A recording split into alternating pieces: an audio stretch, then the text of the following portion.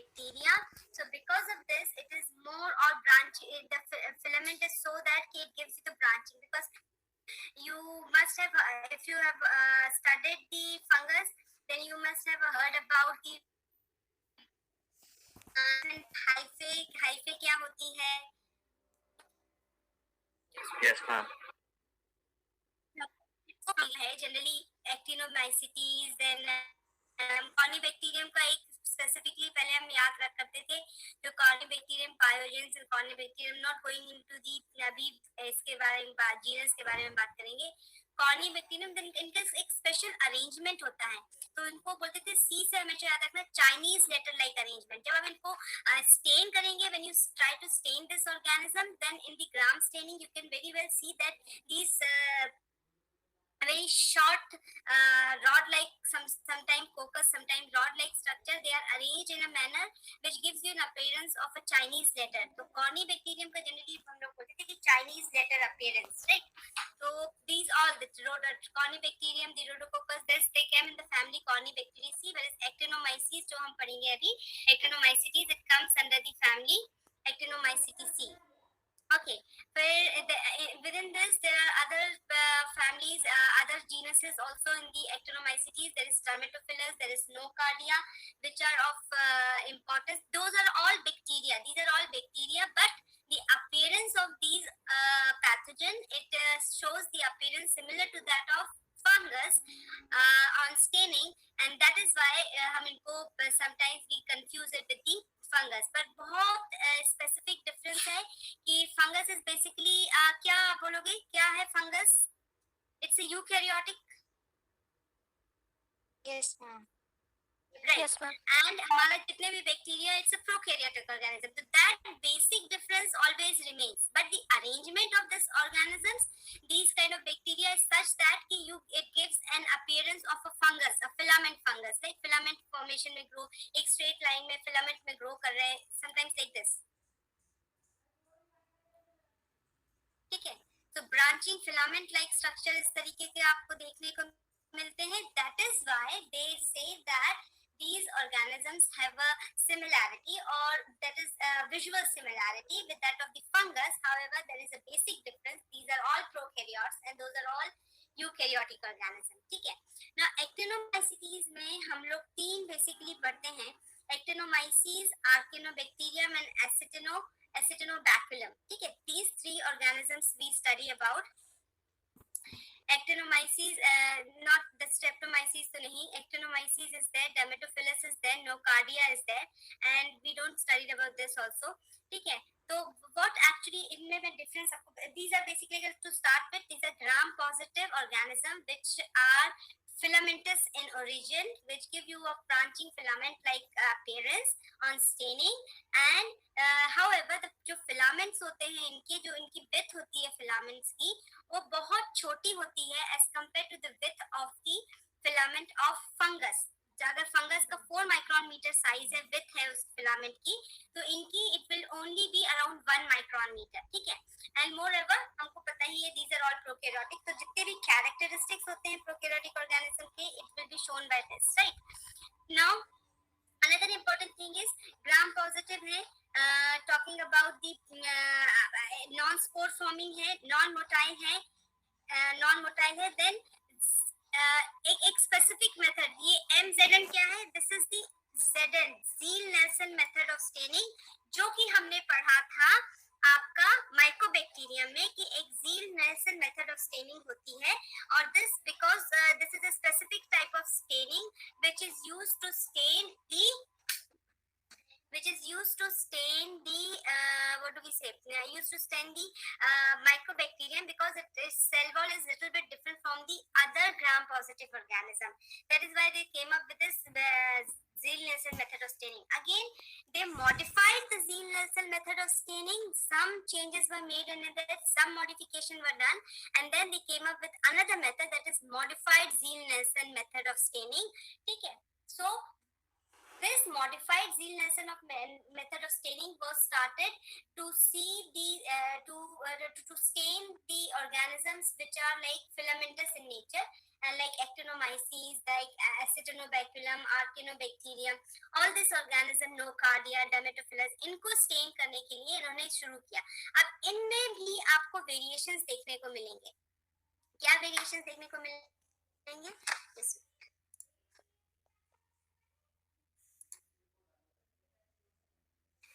Not all of these organisms, Actinomyces, Dermatophilus, Nocardia, सारे के सारे MZN positive नहीं है. Only Nocardia is MZN positive and Dermatophilus organism is MZN positive. Whereas आपके ये जितने भी Actinomyces, Archaeobacterium, Acetinobaculum हैं, these are all modified Zeal-Nelson staining negative होते हैं. ठीक है. और फिर अभी एसडीए मीडियम आप इसके बेसिस पे कैसे डिफरेंशिएट कर रहे हैं? SDA, if you remember, SDA is a Sabouraud's dextrose agar and this is the very basic medium for growing fungus. ये आपने पढ़ा होगा. अब क्योंकि ये organisms have fungal like appearance, तो उन्होंने बोला कि चलो हम इसको एक फंगल मीडिया पे ग्रो करके देखते हैं, जो कि स्पेसिफिकली फंगस के लिए यूज किया जाता है. ठीक है. तो उन्होंने जब in different species of this genus उन्होंने इस पे ग्रो किया, सेब्रॉन्स डेक्स्ट्रोस, एसडी अगार बोलते हैं इसको, सेब्रॉन्स डेक्स्ट्रोस अगार पे, तो उन्होंने देखा कि ओनली आपका Nocardia, it grows on the Sabouraud's dextrose agar, only Nocardia grows on it, whereas all the other Actinomyces, the Dermatophilus, all are negative. They do not show any kind of growth on Sebrons. तो उनको अगर हमको grow करना है तो हम कहाँ grow करेंगे उनको? हम उनको grow करेंगे अपने normal bacterial media पे, जैसे कि basal media, nutrient agar से start करो. The next is McConkey agar. There are many media which is used to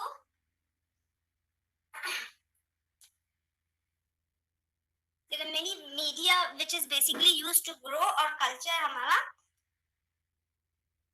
Just a minute.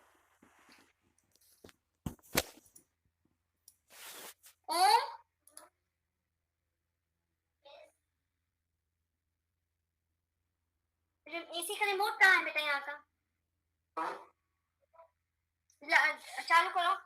बहुत ज्यादा वो पिलो के नीचे देखो, चालू करो, ऑन करो.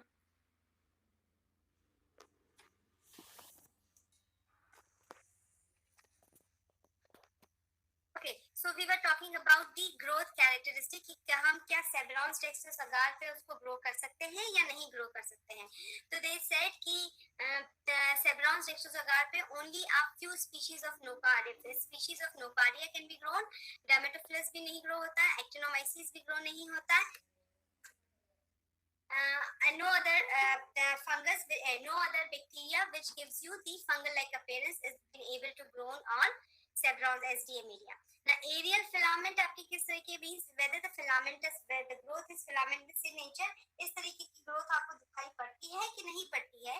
तो वो कह रहे हैं कि सिर्फ आपको नोकार्डिया में इस तरीके की growth दिखेगी, बाकी इसमें नहीं दिखेगी. किसमें? On the media. Spores, ये बहुत इंपॉर्टेंट है कि डर्मेटोफिलस में मोटाइल स्पोर्स बनते हैं, ज़ूस्पोर्स या मोटाइल स्पोर्स बनते हैं, and that is very important. You have to remember that. ठीक है.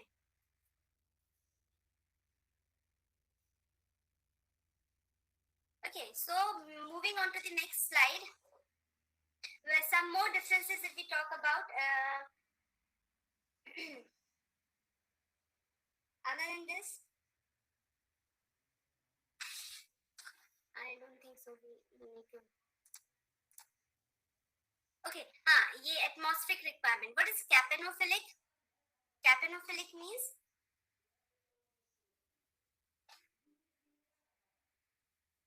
what is capenophilic signifies?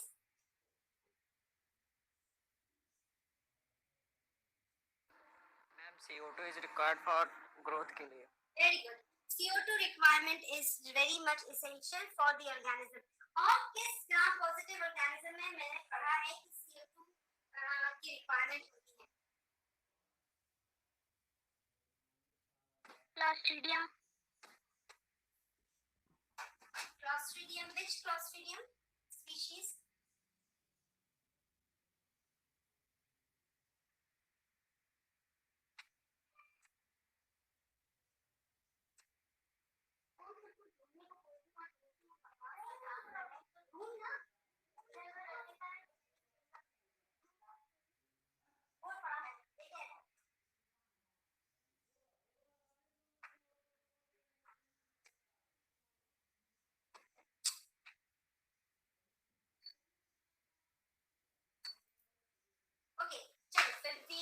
further move on because you have to complete a lot.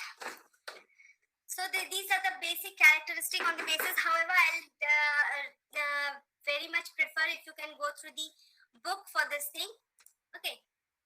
Then next is कहाँ आपका या तो reservoir बोलो या फिर habitat बोलो. Where will you get these kind of organisms? So it is again this is given.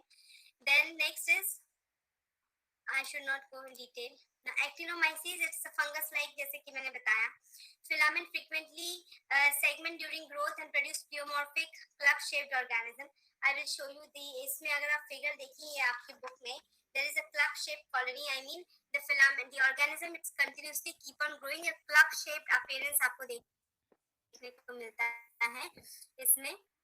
I'll see whether it is there or not. अच्छा, ये एक स्पेसिफिक कंडीशन है.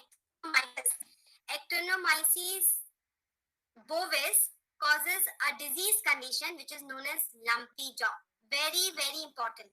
ये क्वेश्चन आता है कि lumpy jaw condition in animals is caused by which bacteria? So it is Actinomyces bovis. Actinomyces bovis causes a lumpy jaw condition in animals, right? This is in human beings. Actinomycosis similar to this thing. Now, lumpy jaw क्या होता है? It is caused by Actinomyces bovis. ये gram positive होते हैं, branching filament like structure होते हैं. Normally it is present, generally these are opportunistic pathogens. Opportunistic means अगर कुछ आपका there is a damage in the skin of the mucous membrane of your skin and inside the mouth or somewhere else, then this organism moves into it and then it affects the underlying tissues and all and causes this lumpy jaw condition. ठीक है, तो entire soft tissue अगर trauma हो गया then it can move through it. It is normally normal inhabitant of the mouth. Clinical condition, it is hard, immovable, painless, bony mass on the mandible. You can see unilateral, एक side का generally affect होगा. अगर ये आप देखेंगे एक side का affected है. फिशुलस ट्रैक बन जाता है, फिशुला बन जाता है. may involve the tooth root and this. Fine. Actinomyces bovis causes lumpy jaw and this. Israeli human meat viscosis and this not very important. Pyogens, it causes the infection which is this pyogen which is very rare in the domestic. There are different species like Archaeobacterium pyogens जो होता है वो cattle में mastitis and pneumonia and pyometra इस सब abscess formation condition cause करता है Archaeobacterium pyogens. ठीक है. Then there is the Suis and all, Actinobaculum suis and all, they also causes pyelonephritis and cystitis and swine में infection होता है as the name suggests, suis and hyovaginalis, right? And not very important, listen, यहाँ पे आपको सिर्फ पता होना चाहिए lumpy jaw किससे होता है, Actinomyces bovis से होता है. बाकी इतना डिटेल में आपसे कोई नहीं पूछने वाला. lumpy jaw में क्या होता है? Chronic rarefying osteomyelitis means oral cavity से जब organism अंदर चल जाता है, oral cavity के tissues plus आपके what do we say, the bone, the oral bone, the mandible and the maxilla bone, they are also affected and it chronic condition हो जाती है जिसको chronic osteomyelitis कहते हैं. ठीक है. This leads eventually to the replacement of normal bone by a porous bone and obviously porous bone आ जाएगा तो there will be honeycomb structure आपको दिखेगा because calcium deposition उसमें ठीक से नहीं होगा. इस तरीके से हमेशा bone में honeycomb structure देखने को मिलता है. ये हो गया. फिर next is horse में क्या cause करता है? Pool evil and fistulous wither. ये question पूछ लिया जाता है कभी. Pool evil and fistulous wither in horses is caused by Actinomyces, right? तो ये याद रखने को है आपको. स्वाइन में क्या होता है ये याद रखने का है. बाकी इससे ज्यादा इम्पोर्टेंट कुछ नहीं है.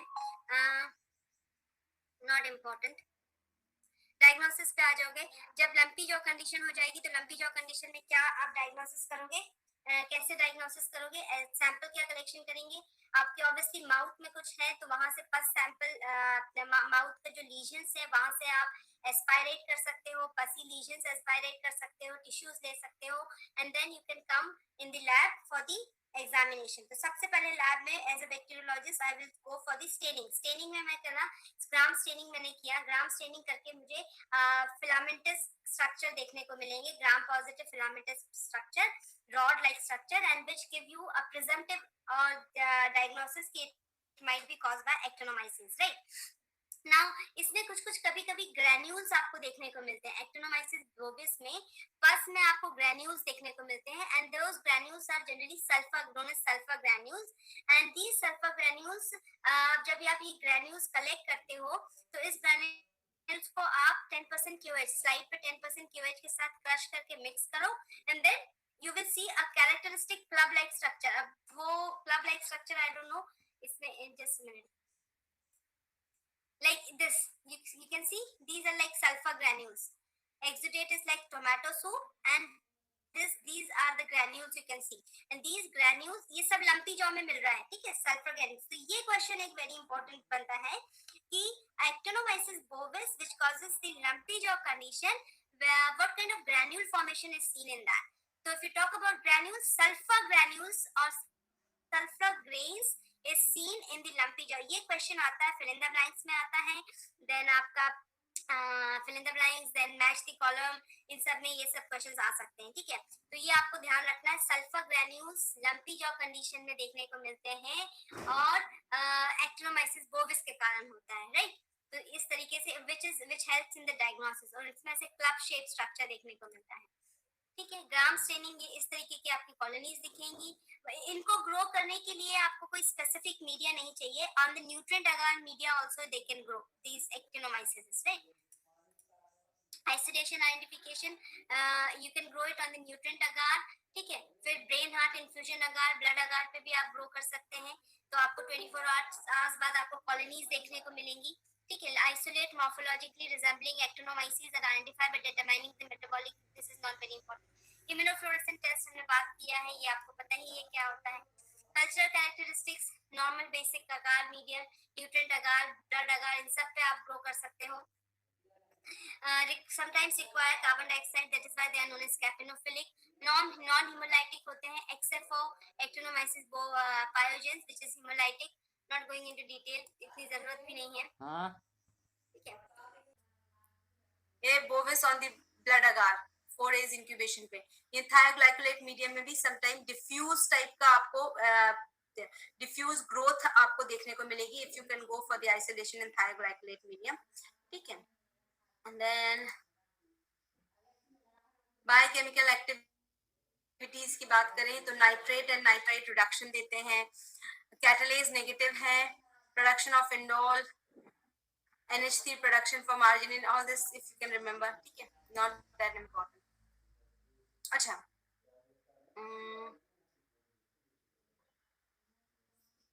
this is not, I don't think this is। Now this is again important organism, Dermatophilus conglomerate, ठीक है। this what does Dermatophilus do? Conglolensis is one very important organism which generally causes a gram positive organism which has a branching filament like structure morphology। इसमें एक कुछ important characteristics है जो आपके पूछी जाती है।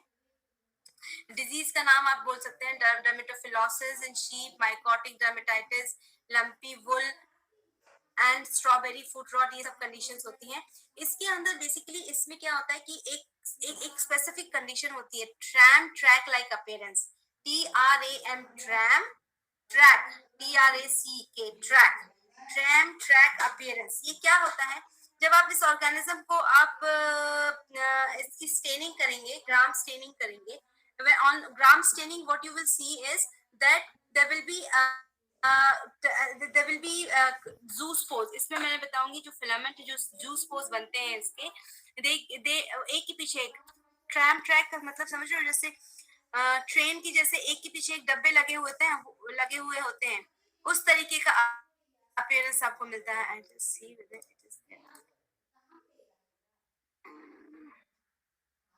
ट्रैम ट्रैक अपीयरेंस, ये दिख रहा है आपको इस तरीके का स्ट्रक्चर, और मैं नेट पे सर्च करके भी हम दिखा सकते हैं। ये स्टेनिंग दिख रहा है आपको, ये जो स्टेनिंग है आपको ऑर्गेनिज्म की, ये जो एक के पीछे एक फिलामेंट लाइक स्ट्रक्चर देखने को मिल रहा है, that is termed as tram track appearance. Mature filament decompose of motile coccal zoospores in parallel lines at least 2 abreast resulting in a tram track appearance. Zoospores जो होते हैं इनके motile spores होते हैं इसमें जो कि motile spores होते हैं जो mature होने के बाद germ tube निकालते हैं. All this germ tube formation और ये सब आपने किसमें पढ़ा होगा? ये सब आपने पढ़ा होगा फंगस में. ठीक है. germ tube किसमें बनता है? किस टाइप के फंगस में? कौन सा वाला में बनता है? ईस्ट में बनता है कि एक और क्या होता है? ईस्ट एंड से जो मैच्योर जूस्पोर बनना, फिर जूस्पोर से आपका व्हाट डू वी से ये इस तरीके की जर्म ट्यूब्स निकलना, फिर फर्दर उसका डिवाइड हो जाना, फिर अगेन उससे दूसरा मैच्योर जूस्पोर बनना. These are not the feature of what do we say normal bacteria, but Dermatophilus congloensis जो एक ऑर्गेनिज्म होता है ग्राम पॉजिटिव, वो इस तरीके की कैरेक्टरिस्टिक शो करता है जो कि एक्टिनोमाइसीस के विदिन ही आता है. तो ये इस तरीके के मैच्योर जूस्पोर फॉर्मेशन, ये इंपॉर्टेंट पॉइंट है कि mature zoospore formation is seen in Dermatophilus congolensis. ठीक है, तो ये आपको पता होना चाहिए. इसमें मुझे इतना ही एक इंपॉर्टेंट लगता है, एक तो जूस्पोर फॉर्मेशन, दूसरा ट्रैम ट्रैक अपीयरेंस. इस तरीके की अपीयरेंस आपको किस में दिखने मिलेगी? Tram track appearance. तो ये डर्मेटोफिलस में आपको इतना मार्क करना है. मैच्योर जूस्पोर फॉर्मेशन देखते हैं, ट्रैम ट्रैक अपीयरेंस देखने को मिलता है आपको. ठीक है, तो these are the most important thing. And next is other than this virulence factor, it is not that much required. कोई नहीं पूछने वाला आपसे ये. स्पेसिमेन क्या? बिकॉज ऑब्वियसली स्किन को जनरली अफेक्ट करता है, तो स्कैब मटेरियल से स्पेसिमेन आप क्या कलेक्ट करेंगे?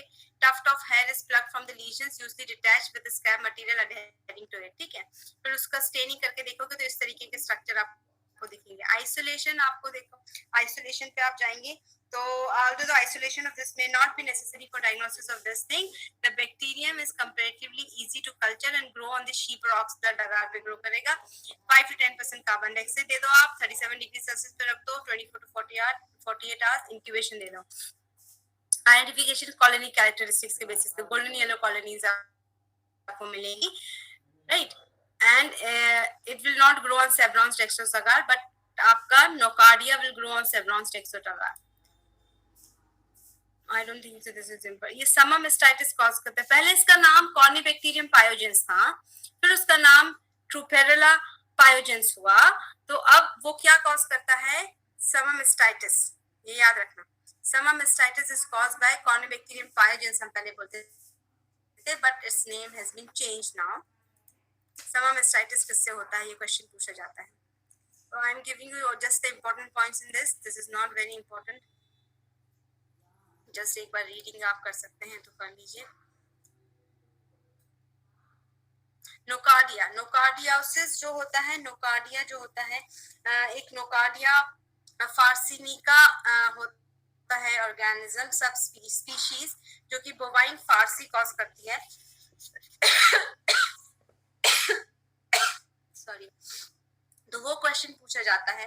नोकार्डिया की कितनी स्पीशीज है? नोकार्डिया एस्टेरॉइड्स हैं, नोकार्डिया फार्सिनिया है, एंड नोकार्डिया एस्टेरॉइड्स जो होती है वो डॉग में कैनाइन नोकार्डियोसिस कॉज करती है, कैटल में chronic mastitis and abortion, pig में अबॉर्शन, शीप में वुंड इन्फेक्शन मेस्टाइटिस, हॉर्सेस में भी सेम पायोग्रेनुलोमेटस कंडीशंस कॉज करती है. नोकार्डिया फार्सिनिका जो होता है वो कैटल में बोवाइन फार्सी कॉज करता है. फार्सी कंडीशन इज जब भी आपके लिम्फ्स जो होते हैं एनिमल्स के, उसके lymphatic system of the lymph जो होते हैं वो पूरी तरीके से इन ऑर्गेनिज्म से अफेक्टेड होते हैं, and there is a continuous chronic what do we say, there will be a presence of nodule like structures throughout the lymphatic vessels in the limbs की जो lymphatic vessels है उनको जनरली अफेक्ट करता है. chronic conditions होती हैं और this lymphatic vessels and lymph node पे आपको thick and cord like structures देखने को मिलेंगे. मींस कहीं से मोटा कहीं से पतला ऐसे cord like structure हो जाता है. granulomatous infection कभी कभी हो जाता है, तो उस कंडीशन को हम बोलते हैं bovine farcy. bovine farcy is caused by Nocardia farcinica and it is a chronic condition of lymphatic superficial lymphatic vessel and lymph nodes, and these vessels they become thickened and cord-like and sometimes resemble as that of the tuberculosis. ठीक है, तो आपको वो याद रखना है. Nocardia farcinica causes this condition. Chronic granulomatous mastitis or chronic bovine farcy it causes, जो कि lymphatic vessels and lymphatic tissues of the limbs में generally affect करता है. Nocardia. Then nocardia is one which can be grown on Severon's rexosaga. ये एक important point है. Can be grown on generally के लिए यूज होता है. This is again, these are aerobic saprophytic causing suppurative and granulomatous याद करते हैं. Much important. डायग्नोसिस आप झील MZN मेथड, झील नेसल मेथड से आप डायग्नोसिस करेंगे आप, तो आपको दिख जाएगा. शी ब्लड अगार 5 डेज आपको इस तरीके की पाउडरी कॉलोनीज देखने को मिलेगी. एसडीए मीडिया पे आपको येलोइश कलर की कॉलोनी देखने को मिलेगी. And that's it. Then there is सभी हर किसी चीज के डायग्नोसिस के लिए तो you go, if you go talk about the molecular method, then molecular method is like what do we say, PCR and all, PCR, nested PCR, multiplex PCR, these are all different molecular method for detection. ठीक है, तो मोटा actinomyces में आपको बता दूं, आपको क्या याद रखना है. एक्टिनोमाइसिस बोविस से याद रखना है, जो कि जनरली क्या कॉज करता है. एक्टिनोमाइसिस आर लाइक रे फिलामेंट स्ट्रक्चर्स. जितने भी एक्टिनोमाइसिस होते हैं फिलामेंटस स्ट्रक्चर्स होते हैं. The mycetes means filament formation. Because they are filamentous in nature, they are somewhat resemble as that of the fungus, but they are not fungus, right? So actinomyces में actinomyces bovis causes lumpy jaw condition, ये आपको याद रखनी है.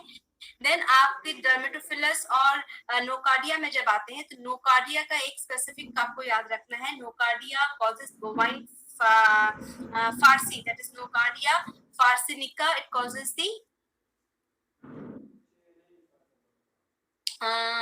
then dermatophilia again and is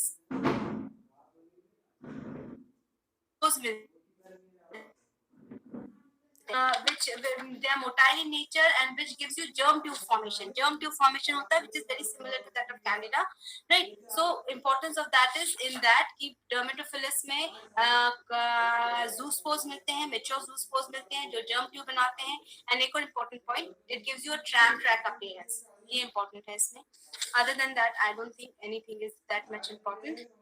Then okay, जैसे कि Corynebacterium की हमने बात की थी. Corynebacterium is the organism which gives you the Chinese letter like appearance. ठीक है, ये क्वेश्चन आता है किसका चाइनीज लेटर लाइक अपीयरेंस होता है. तो Corynebacterium basically gives you a Chinese letter like appearance. देखो, there are many species of Corynebacterium like जिसमें यहाँ पे नाम है जिनका नाम अभी बदल भी दिया गया है. कॉर्निबैक्टीरियम इक्वाई का नाम अब रोडोकोकस इक्वाई हो गया है.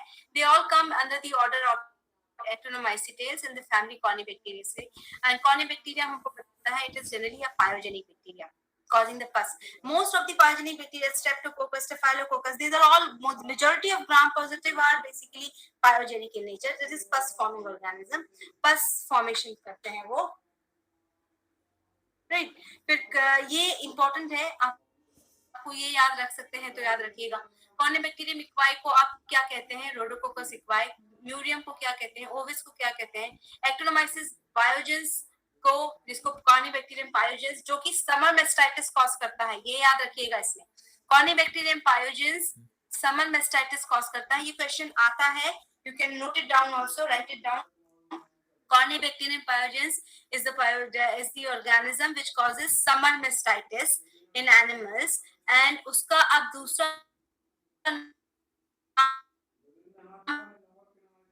पहले एक्टिनोमाइसिस पायोजेंस बोलते थे. तो ये क्वेश्चन आपको आते हैं तो ये आपको पता होना चाहिए.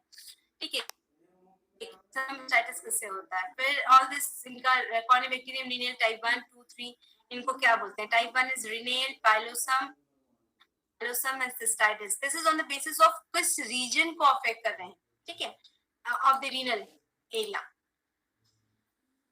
It has small, short, pleomorphic. Pleomorphic, they keep on changing. I mean, cocobacillary in nature. Sometimes they may appear as a focus form, sometimes they appear in the rod form, sometimes they appear in the filament form. So that is why we give them a terminology, that is a pleomorphic appearance. Pleomorphic है rod, cocos, club form, intracellular, facultative, again they are intracellular. इससे पहले दो हमने पढ़े जो भी intracellular थे. So these are again intracellular. Chinese letter, stained smears, palisades, Chinese letter. इनको देखो, इनका अरेंजमेंट देखो आप,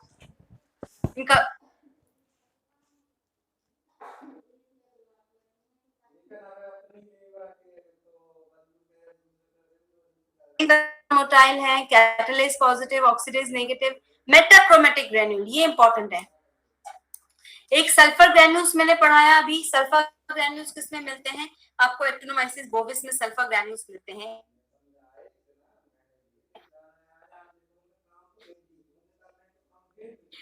ये कॉर्नियम में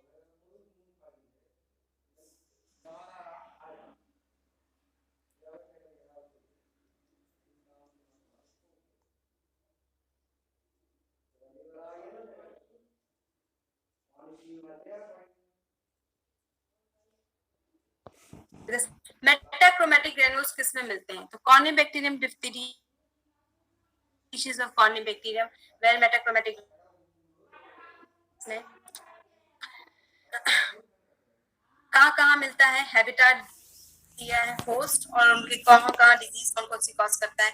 इसमें से जो ये वाला डिजीज है, ये अल्सरेटिव लिम्फेंजाइटिस एंड केशियस लिम्फेडेनाइटिस, ये pseudotuberculosis कॉज करता है. And this is very important. Cornybacterium pseudotuberculosis in goat, sheep and camel causes caseous lymphadenitis, whereas in horse, cattle and pig it causes ulcerative lymphangitis. अच्छा, एडिनाइटिस and एंजाइटिस में क्या difference है?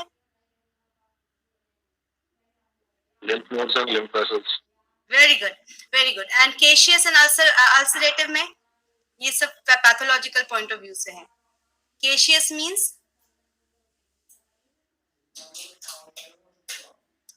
very good, very good. Ulcerative is ulcers आपको दिखेंगे throughout the length of this lymph vessels, right? तो ये important है इसमें से, ये important है इसमें से. Then if you can remember this thing, you should remember.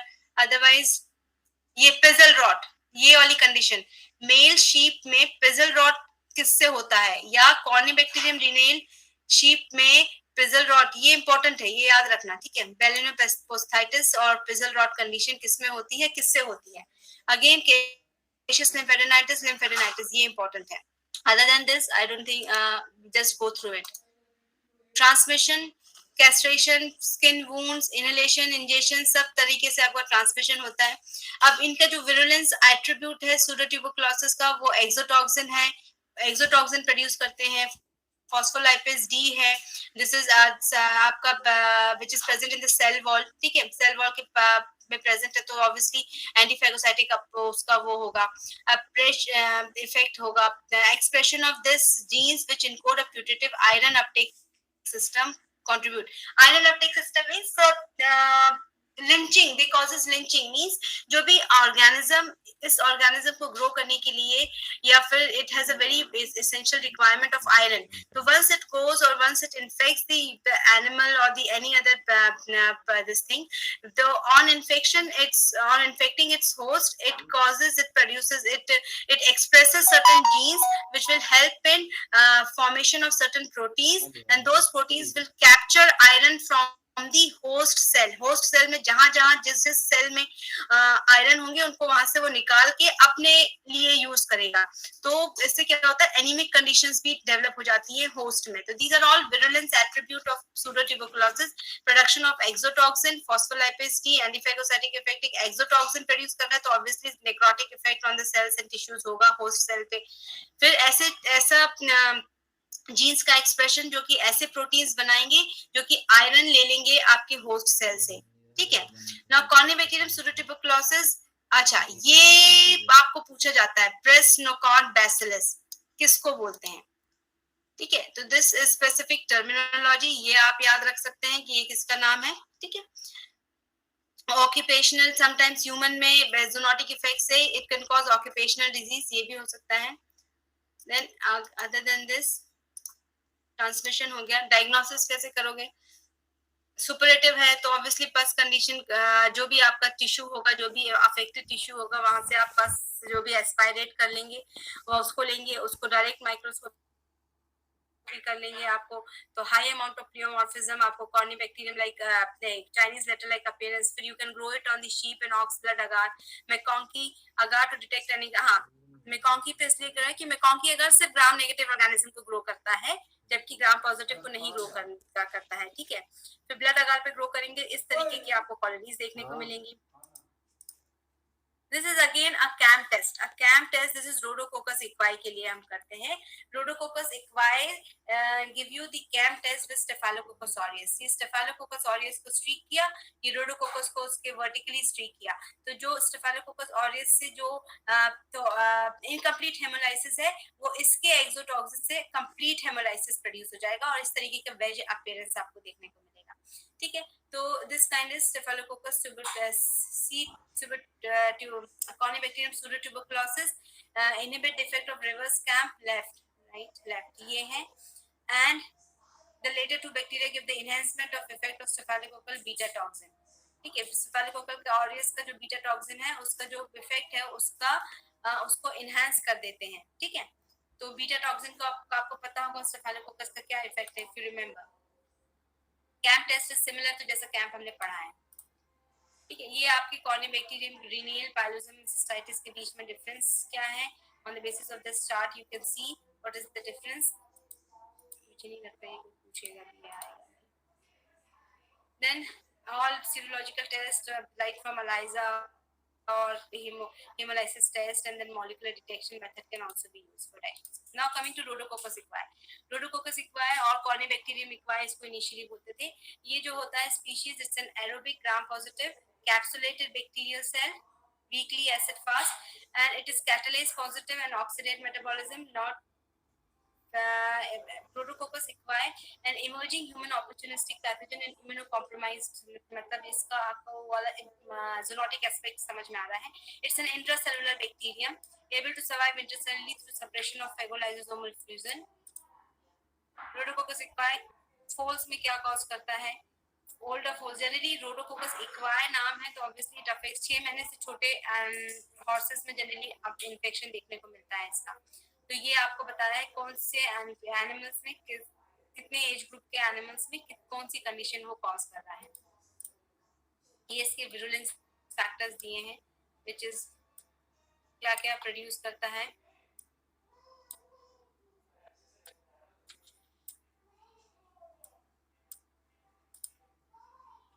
Proteins and all, and what proteins is what not that much important, ये आपको कोई नहीं पूछने वाला। Rhodococcus equi बस आपको पता होना चाहिए क्या है, ठीक है।